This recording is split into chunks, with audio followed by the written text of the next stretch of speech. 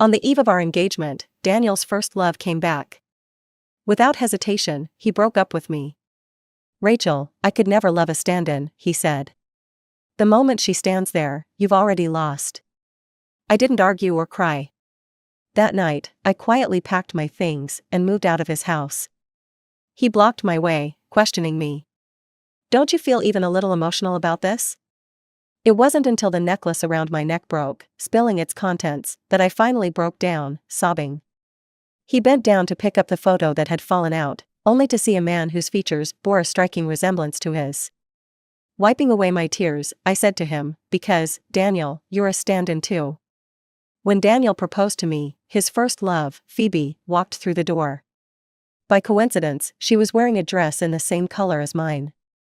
Even more coincidentally, she looked a little like me. She strode over, grabbed a wine glass from the table, and hurled it at Daniel.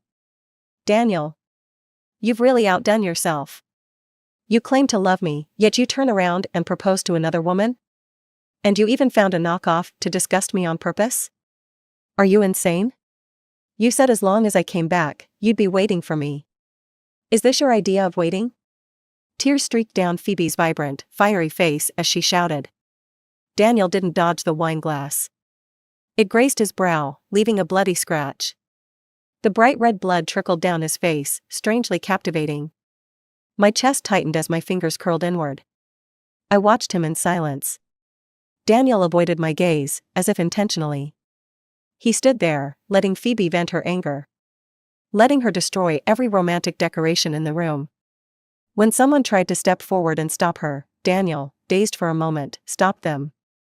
"Let her," he said. "After all, I owe her." But in his eyes, there wasn't guilt, just pure, unrestrained affection. When Phoebe had smashed everything in sight, she ran out in tears.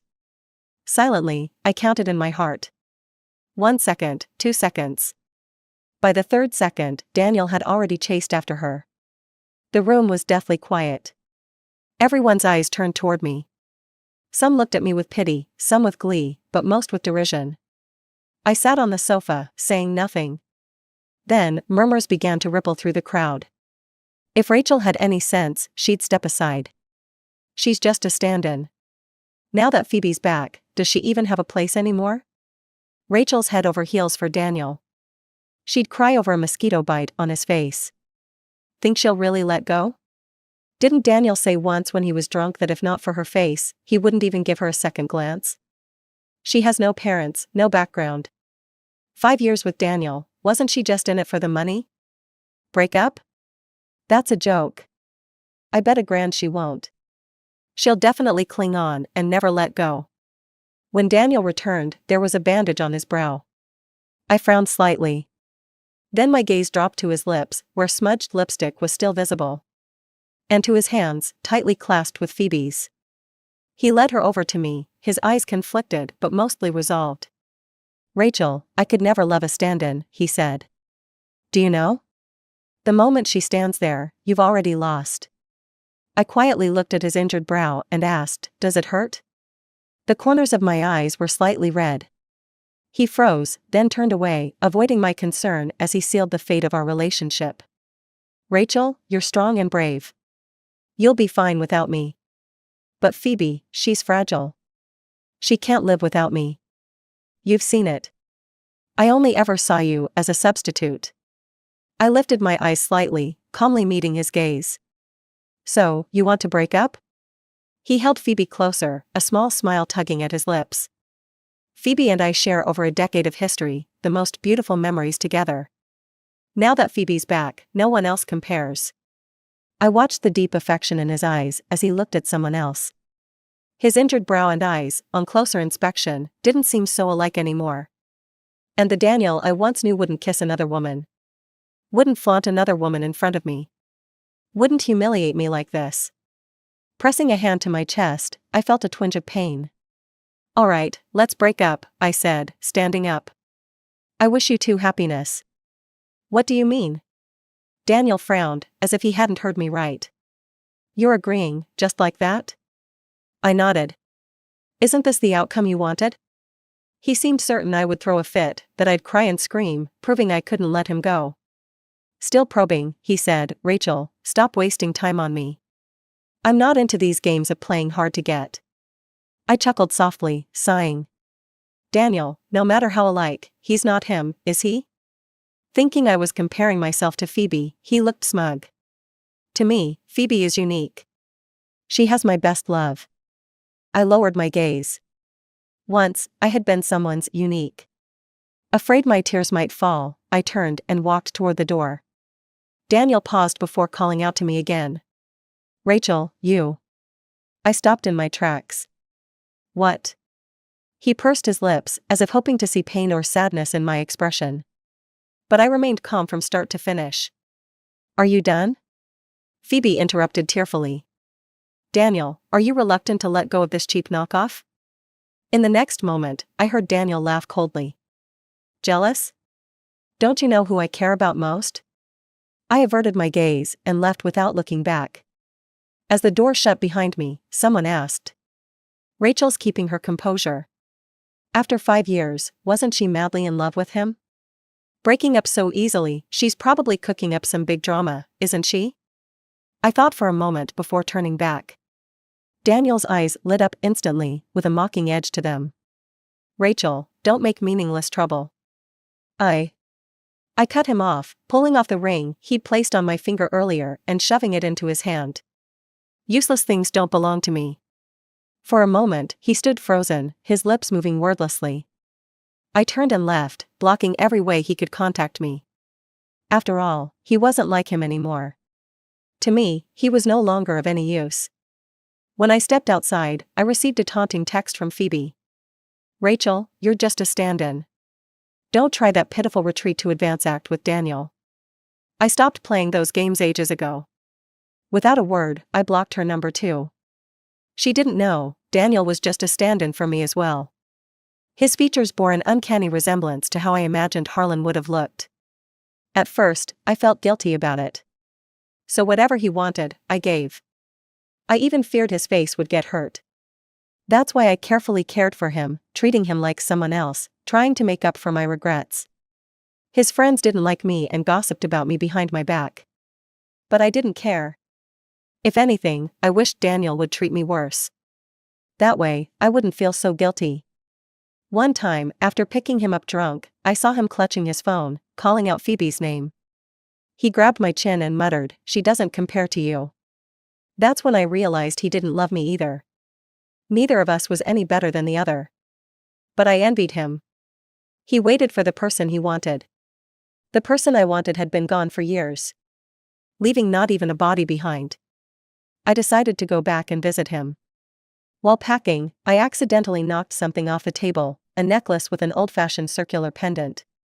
Inside was a small photo of a serene girl leaning against a lazy-looking boy. 18 years old.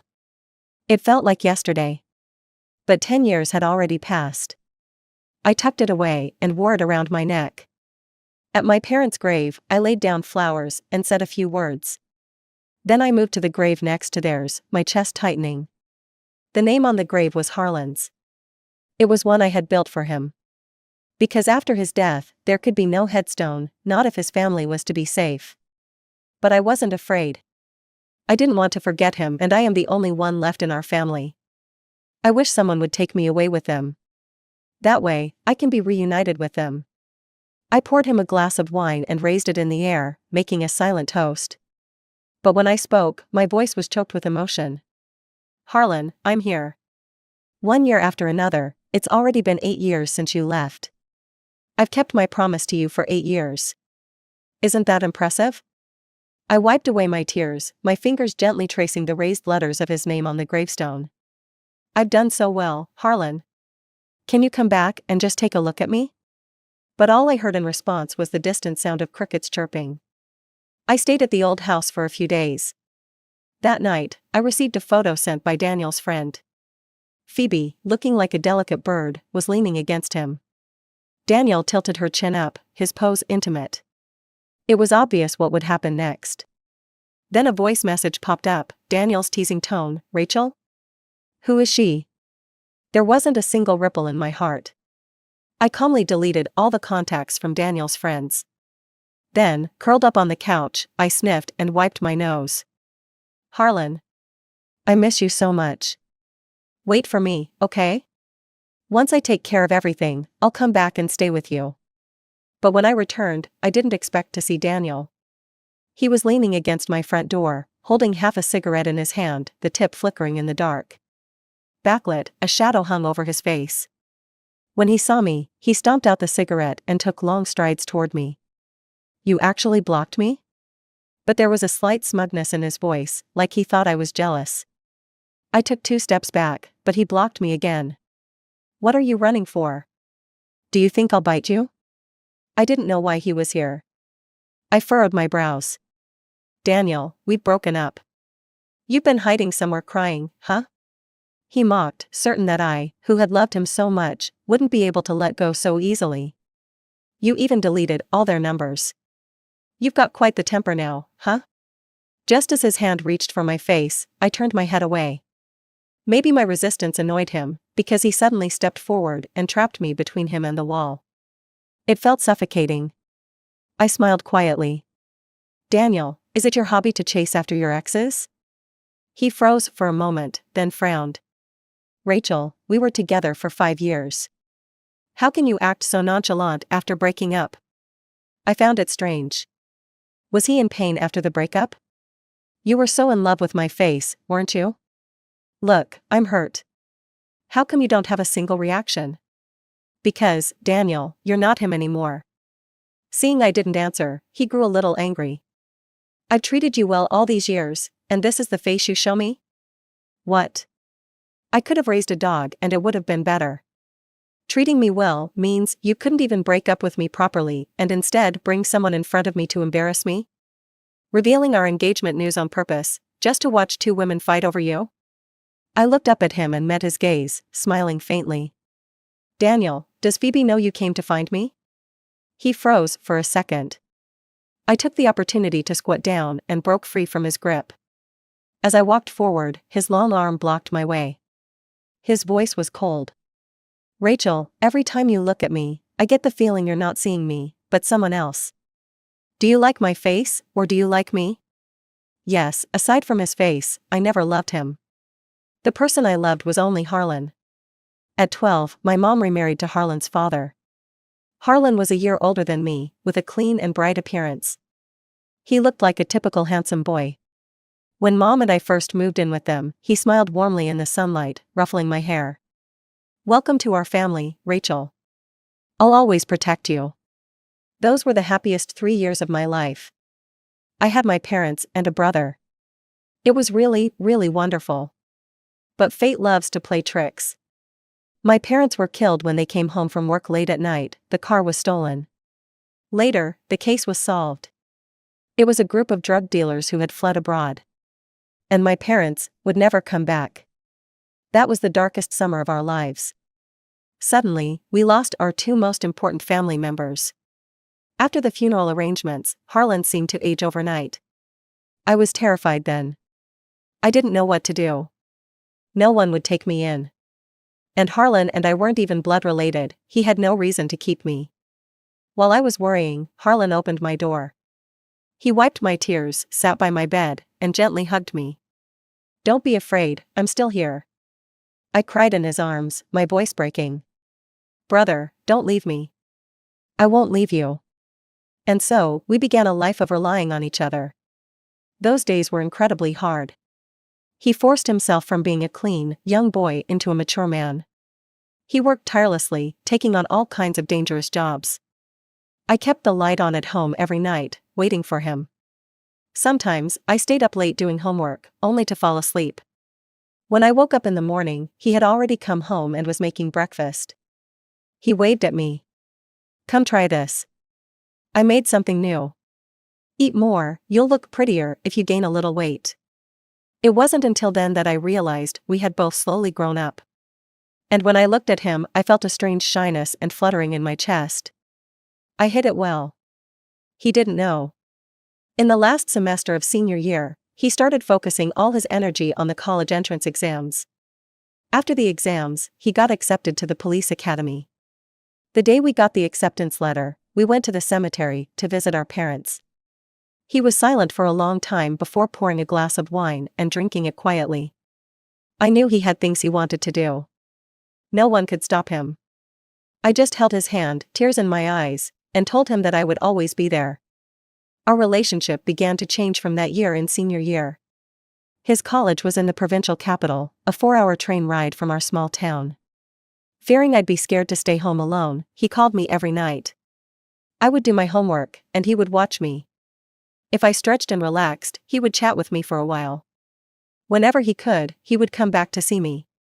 I would pick him up at the station, and we'd go grocery shopping, cook dinner, eat, watch TV, and take walks by the river.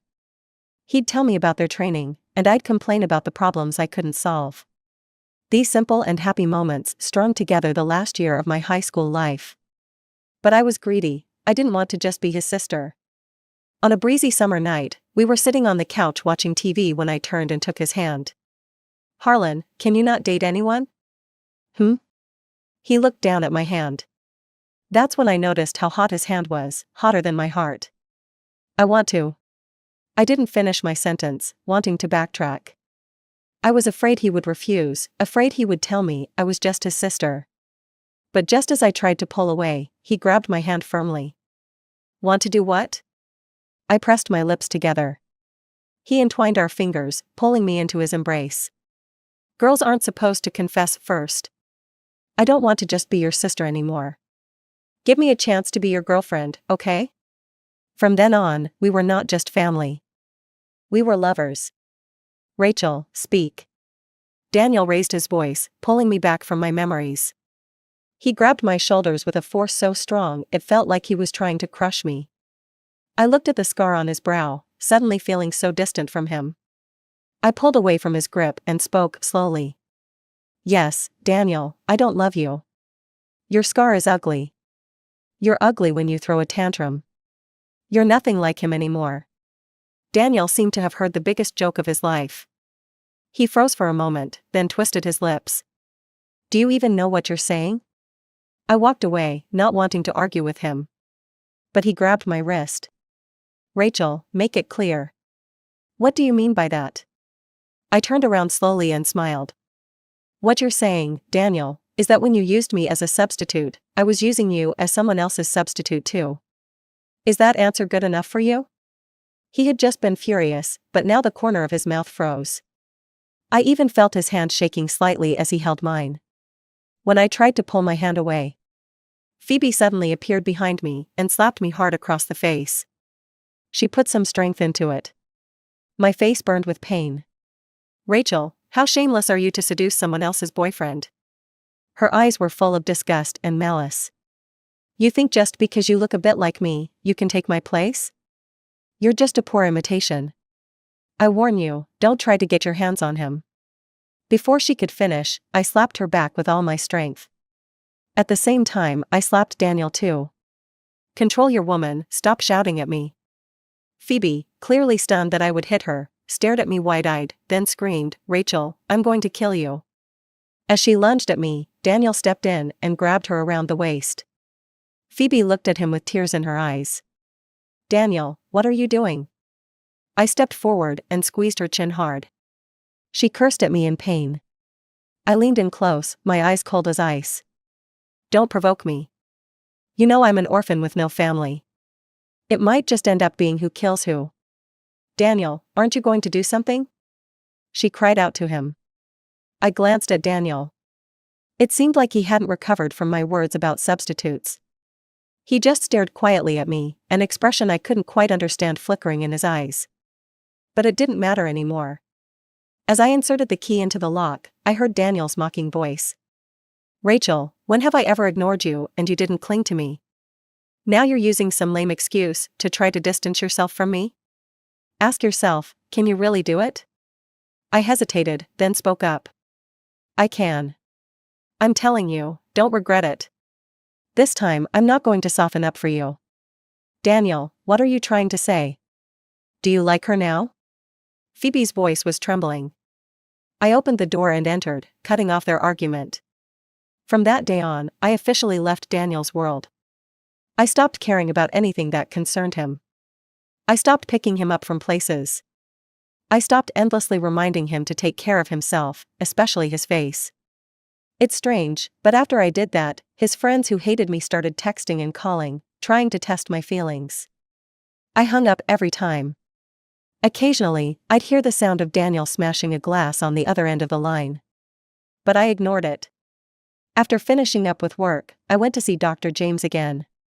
Have you been taking your medication regularly? I nodded obediently. Yes. Do you still have thoughts of self-harm? I instinctively clenched my fists and shook my head. No. I haven't hurt myself in a long time. After Harlan passed, I couldn't dream of him anymore. Later, when I was on the verge of breaking down, I used a knife to cut my arm. That day, in the dizziness from blood loss, I finally saw him. After confirming our relationship, Harlan and I had the happiest 2 years. That summer, after work, he would come pick me up from the office every night. We'd walk home hand in hand, slowly.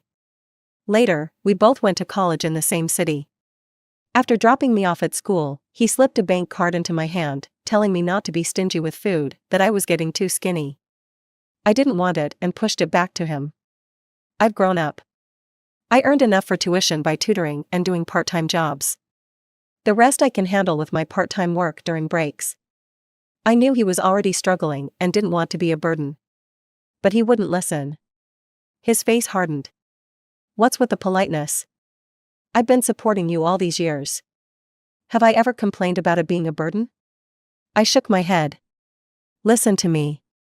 Take it. I make money in more ways than you. When I checked the ATM, there was a total of 100,000. It shocked me for quite a while. I messaged him, "Why are you giving me so much?" Because I'm afraid you'll suffer. I'm afraid you won't be able to take care of yourself when I'm not around. I'm not sure if this will be enough for 4 years, but don't worry. Your brother can always make more. If it's not enough, just tell me. We were both busy, working hard to make money and grow up. Occasionally, I would visit him at school. I'd accompany him for training, have meals with him. It seemed like there was nothing dramatic between us, just the simple passing of time. I took everything in stride, secretly hoping we'd spend every year together. Harlan finished his sophomore year, and we went back to our hometown to visit my parents. That day, Harlan was unusually quiet, barely saying anything. He stood by the cliff, letting the wind blow for a long time. I knew he was about to go on a mission. He had always wanted to avenge my parents. When he came back that day, he hugged me and told me, "Live well, and grow strong." I held his hand tightly and said, "We'll grow together. I'll wait for you." "Don't wait." He ran his hand through my hair, his breath warm against my ear, his voice rough as he whispered, "Don't wait. We always have to prepare for the worst. If I don't come back, you need to live on for our family. We want you to be happy more than anyone, to look forward. Even if you find someone else, I won't blame you. I just want you to have someone by your side, someone who cares about you. Only by living is there hope." As we parted, I raised my hands, holding back tears, and told him, "I just want you to make it through the danger and come back safe." "I'll marry you when I come back," he promised. But after that mission, he never came back. 3 years later, I received the news that he had died in the line of duty. Harlan's comrade found me and said that he had successfully infiltrated the enemy's ranks. In the major international drug trafficking case, he detonated a bomb, taking himself and the criminals down with him. Before he left, he gave me a small diary, Harlan's. I opened it with tears in my eyes. "Rachel, everyone has a mission they must complete in their life. If luck is on my side, I'll come back first and marry you. You cry so much, don't cry your face off when that time comes. If I don't come back, please forgive my selfishness. Maybe this is the fate we're given. Remember, your brother loves you, and Harlan loves you, and we both want you to keep moving forward with our hope. Keep going." But here I am, all alone, and isn't that a kind of pain? Later, I couldn't hold on any longer, and shamelessly used Daniel as a substitute. Looking at that face, I found the courage to keep going, because I was afraid that, wherever Harlan was, he'd be disappointed that I didn't listen and move forward. But I should have known by now, no one can replace him. When I opened my eyes, the sunlight pouring through the window made my eyes sting. I wiped my face, still damp with tears, and tightened the necklace around my neck. Rachel, your current state honestly worries me. I shook my head. I'm fine. I broke up with him on my own, and I didn't even cry. Dr. James spoke gently. When a long-standing emotional anchor disappears suddenly, it's easy for problems to arise. As a doctor, I'm happy to see you detach from that unhealthy relationship. But I still suggest taking it slow. I touched the scar on my wrist, giving a shallow smile. Dr. James, you don't need to worry about me. I'm ready to start a new life. I lied. I had come back to donate my savings, sell the house, and lock myself in the past. To stay by my parents and Harlan's graves and just survive. Before I left, Dr. James stopped me. Don't force yourself. If you can't move forward, go at your own pace. You'll find a way out. Okay. Dr. James, I've already found the way out. After donating to the charity, I came back home to find my door open. I heard crashing noises and smelled a sharp, acrid smoke. Panicked, I rushed in. And then I saw Phoebe standing in my living room. Beside her were some of Daniel's friends who had once mocked me. My living room was covered in pictures of Harlan, all of them burned. Not a single one was left. You're back earlier than I thought. Phoebe stood there smugly, gleefully watching my heart break. I don't understand why, even though I've already stepped out of her and Daniel's lives, she can't let me go. She pulled out a photo from behind her. It was a family portrait taken when I was 15, with my stepfather and us together. I reached out to grab it, but she dodged. Rachel, unless you kneel and apologize to me. Back then, weren't you so arrogant? How dare you, a mere stand-in, hit me? Did you really think my words were just for show? Tears streamed down my face in large drops, and my whole body trembled. That was our only family photo. After it was taken, my parents passed away. When we became a family, my stepfather and Harlan treated me so well, always putting me first. They even said I had a unique kind of love in this family. Every day, my stepfather would bring me gifts when he came home, a skewer of candied fruit, a box of chocolates, or a cotton candy shaped like something cute. Before I turned 12, I lacked familial love, but this family gave it to me. I was no longer called a fatherless orphan. But heaven, perhaps thinking I was too happy, decided to take all of that away. When Harlan and I sorted through the belongings, we found my stepfather's memo that read, "Rachel wants the cake from that place in the south of town. After finishing things with the missus, remember to bring it home for her." He had even set a reminder alarm. But that alarm would never ring again. Sometimes, I really miss them.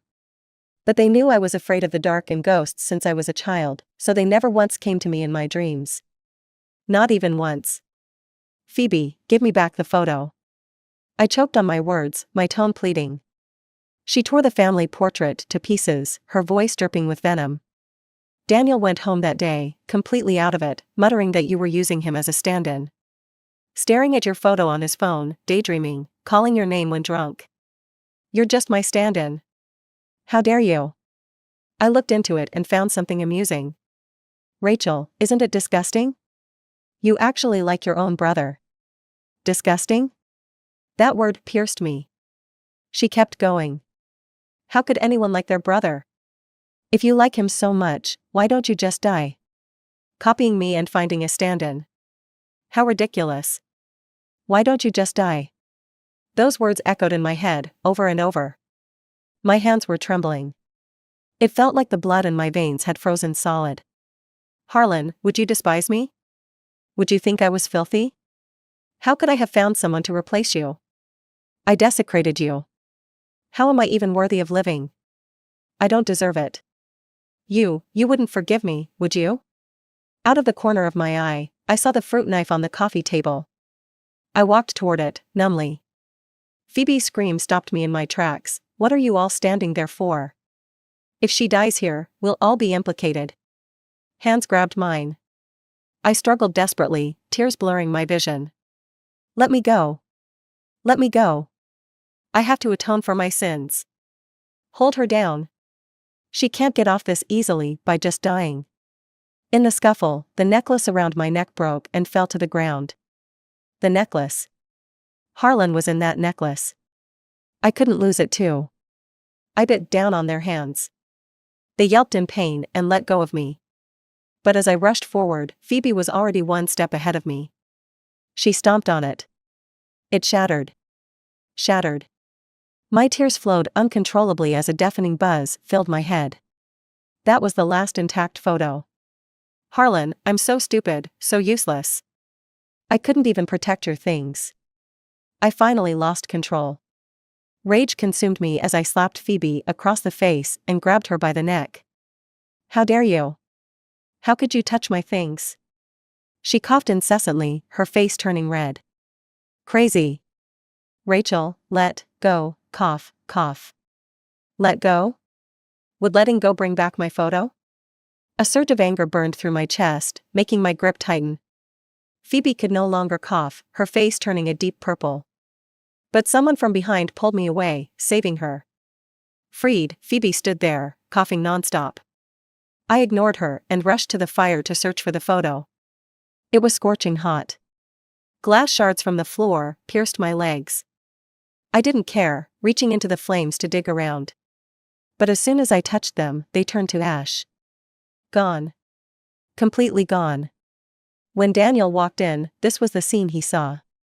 I was kneeling amidst shattered glass, oblivious to the pain. My hands were red and swollen from the burns, still searching through the fire for something. He looked at the mess in the room, then rushed to me and held me tightly. Rachel, calm down. How could I calm down? I broke down crying. Why does it have to be like this? All my hopes, all of them, were gone. Let go. Let go of me. I tried to break free from Daniel's hold, struggling desperately in his arms. Tears fell one after another. My entire body trembled. Stop crying. Who is worth all this pain, huh? You've never cried for me. He held me close, his hand gently stroking my back. Rachel, you're always so strong, always so composed. Who could possibly make you cry like this? Please, stop crying. It hurts me to see you like this. Don't you know why she's crying? Daniel, you're just a substitute. Phoebe kicked the broken necklace at his feet. Daniel reached down to pick up the necklace Phoebe had stepped on. He saw the boy, who had similar features to him. His hand trembled uncontrollably. Daniel, look, she doesn't love you at all. Phoebe stormed right in front of him. Do you think he willingly stayed by your side for 5 years? It's because she uses you as a substitute. She has someone she likes. Stop talking. I don't want to hear it. Daniel growled at Phoebe, just leave, okay? Daniel, I'm the one who truly loves you. And you're yelling at me for that woman. Phoebe's voice broke with emotion. What's so great about her? Daniel, how could you do this to me? I've checked. That man is her brother. How disgusting is she, liking her own brother? Phoebe laughed crazily, her face twisted with a wild smile. But it's fine. Her brother's dead. He deserved it. Someone like her deserves to never be loved. Dead? Deserved it? In that instant, rage surged through me. No one has the right to say that about my Harlan, to speak ill of my brother. I don't know where the strength came from, but I broke free from Daniel's arms and spotted a fruit knife on the coffee table. I grabbed the knife and charged toward Phoebe. But unfortunately, Daniel blocked my way. The knife struck his shoulder. Then he took the knife from me and threw it far away. He pressed his hands down on my shoulders. Rachel, calm down. He's already dead. Even if you kill her, he won't come back to life. A buzzing sound filled my head. I covered my ears. Stop talking. Get out. Daniel's voice still reached my ears. Rachel, face the reality. He's dead. Holding on to this won't bring him back, it will just cause more pain.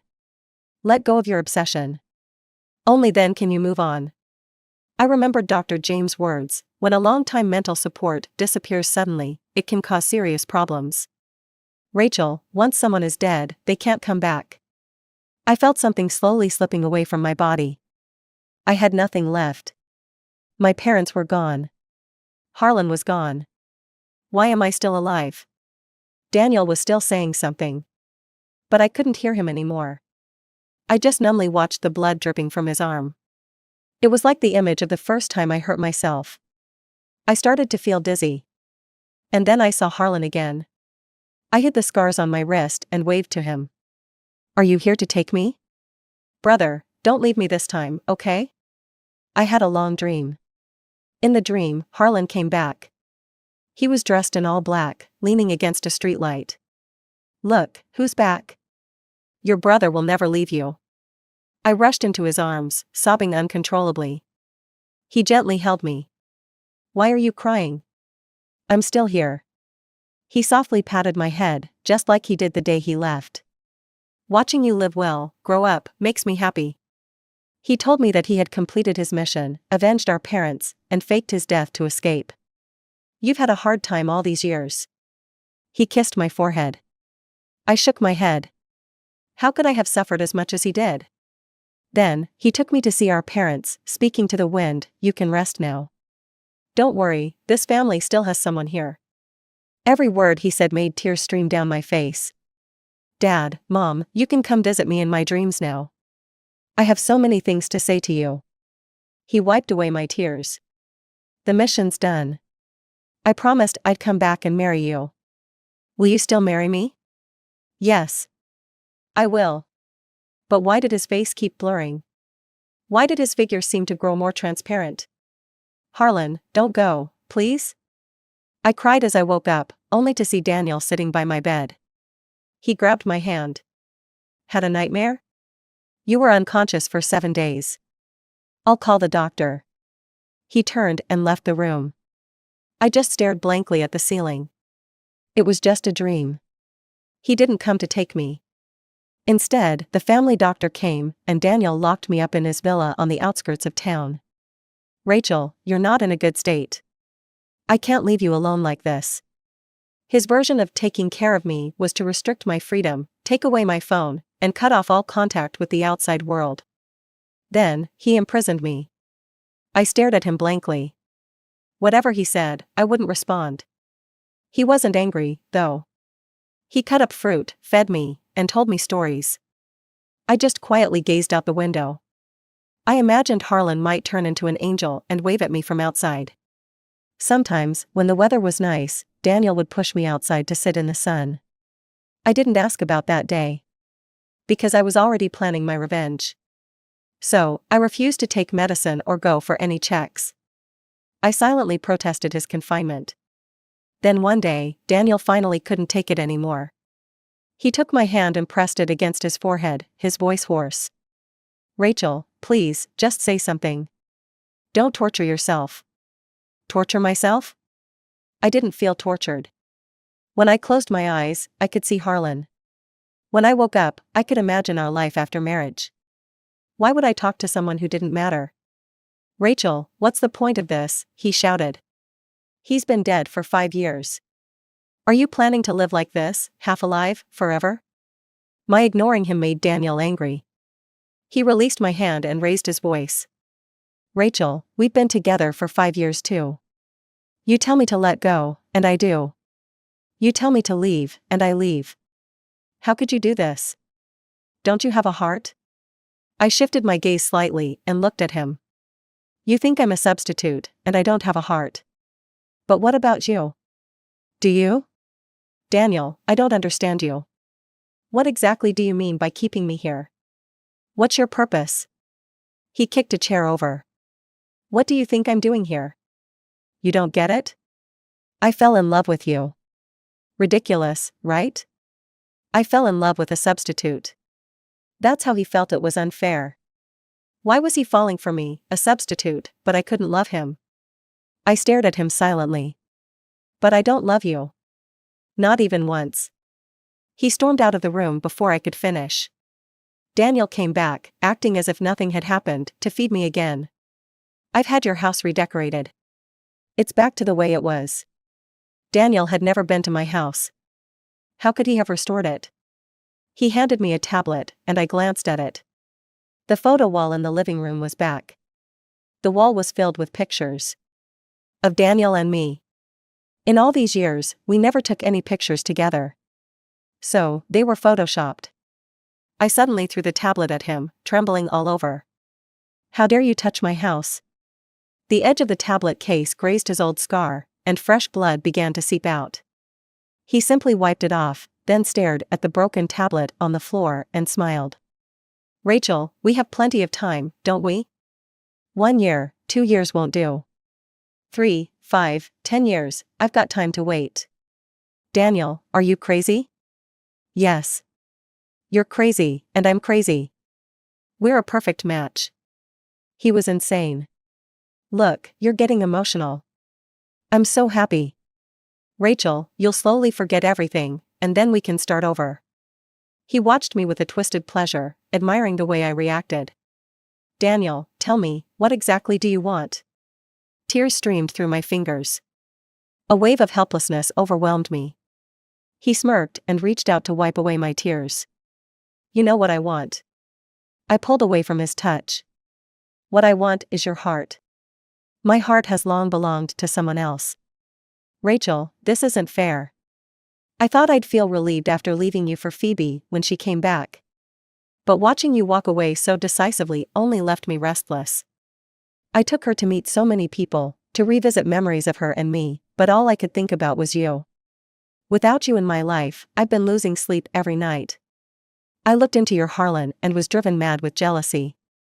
How could a dead man claim all of you? He gently cupped my face. Rachel, this is who I am. I've fallen for you. So, you have to love me too. He was a lunatic. I closed my eyes, stayed silent for a long time, and then spoke slowly. Daniel, I'll focus on getting better. And I'll consider what you said. Hearing this, he hugged me, stroking my back softly. Rachel, you'll forget everything. Only then can we have a future. I reached out and hugged him back. Wait for me, okay? Okay. From that day on, I worked hard to cooperate with him on my recovery. I took the prescribed medicine. I underwent every necessary examination. I tried my best to appear as if I was slowly returning to normal. Tried to play along with Daniel's script of me gradually accepting him. He'd hold me on the couch to watch movies. He'd cook for me. He'd plan our wedding. Look, don't you think this designer's work is beautiful? I quietly looked at it and nodded. Yes, it's beautiful. I even played along, it suits me. He finally smiled with satisfaction. I'll arrange for the designer to come over and take your measurements sometime. I obediently nodded. All right. Rachel, I messed up the proposal last time. This time, I won't. Okay. Just like when I used to be a stand-in countless times before, I remained quiet, obedient, and agreeable. Occasionally, I'd throw a harmless tantrum to make it seem more realistic, wouldn't I? 2 months into being confined, I finally caught him letting his guard down. That day, Daniel came back drunk, holding me and murmuring, Rachel, will you ever understand why I did all this? I didn't respond. I gave him a glass of water laced with something, used his face to unlock his devices, and dismissed the guards stationed around the villa. Then I turned off my phone and threw it away. Finally, I tied him up securely to the bed. After that, I wrote an anonymous letter to the authorities, detailing the tax evasion and fraud his company had committed, supported by evidence I'd been collecting over the years. The cleaning staff only came every 2 days. By the time they discovered him, I would already have finished what I needed to do. Illegal confinement, tax evasion, he could enjoy his time in prison. As I left, Daniel murmured in his sleep, Rachel, can't you love me, just a little? I chuckled softly. Daniel, I don't love you. Not even a little. Then I grabbed my things and shut the door. I was finally free. I arranged for Phoebe to be abducted. If I had grievances, I'd settle them myself. She was tied up with her hands and feet bound behind her. I ripped the tape off her mouth. She immediately screamed, Rachel, you lunatic. What are you trying to do? Let me go, or you'll regret it. I slapped her hard across the face. Grabbing her by the collar, I dragged her to Harlan's grave and said, you destroyed the thing I loved most. So, I'll pay you back in kind. The desolate mountain was empty, with barely anyone passing by. Phoebe finally started to feel afraid, but she still put on a tough front. Rachel, you're insane. Why is it that even though we grew up together, in the end, he fell in love with you? We grew up side by side, and I was only gone for 5 years. What makes you better than me? I can't believe I became nothing more than a tool he used to make other women jealous. And he actually gave up on me for a slut like you. She laughed hysterically, then looked up at me with a fierce gaze. You orphan, you unwanted bastard. A jinx. Ha ha ha. You cursed your whole family to death. They were so unlucky to have you. I pulled out a fruit knife. Expressionless, I stabbed it into her foot. You crushed my necklace. She screamed in agony, her face contorting as she began to sob. You're crazy. A madwoman. I pinned her hand down and ground her fingers beneath the heel of my stiletto, pressing and twisting. You tore up my family photo and burned Harlan's pictures. She screamed in pain, Rachel, I'll kill you. I slapped her across the face again. She tried to say something more. I kept slapping her. I didn't stop until blood trickled from the corner of her mouth. Until she stopped talking. She just glared at me with venomous eyes. I smiled faintly and slid the knife from her neck to her chest. I'd love nothing more than to kill you. She was too terrified to speak anymore. Imitating her tone from back then, I laughed too. Are you scared now? Now it's your turn to kneel and apologize to me. Weren't you so arrogant before? Tears filled Phoebe's eyes. She realized that someone as calmly unhinged as me was capable of anything. She broke down. She knelt on the ground, pressing her head into the dirt. I'm sorry. Please don't kill me. Her voice trembled, and she was overwhelmed with fear. I grabbed her by the collar and dragged her to Harlan's grave. Say it to him. Her once perfect makeup was long gone. Tears, dirt, and blood smeared across her face, leaving her utterly disheveled. She cried hoarsely, I'm sorry, Mr. Harlan, I'm sorry, it's all my fault. She had to feel as much pain as I did for it to count as an apology. I didn't stop her. She kept repeating it, over and over, until the sun rose. Until her voice gave out. I let her go. Not because I was kind. But because Harlan was a hero. I didn't want to leave even the slightest stain on his memory because of me. But after exhausting all my strength, I suddenly realized I was the stain. Silence returned to the surroundings. The mountain breeze was gentle, stirring the withered grass on the ground. It brushed through my hair. The mist on the distant peaks dissipated. Spring had come, birds were returning to their nests, waiting for you to come home with me. If you don't return, I'll come to you instead. I lay down in the grave I had already dug for myself. Beside me was a suicide note, don't investigate. It was my own decision. I'm sorry for troubling this world. As I swallowed the pills, the sunlight still shone warmly on my face. Before my consciousness faded, I finally saw Harlan's face clearly. In the past, it had always been blurry in my dreams. But this time, it was vividly clear, just as I remembered him. He was forever young. I greedily stared at his features. I wanted to speak, but tears filled my eyes.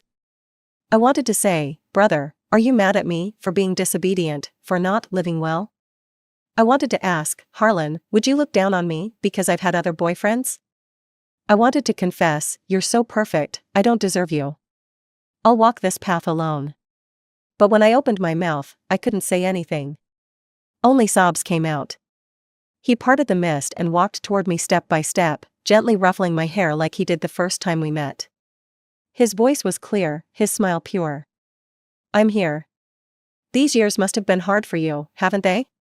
I promised to come and marry you. Tears streaming down my face, I gripped his hand tightly. Harlan, I'm finally reunited with you all. It feels so good. The end.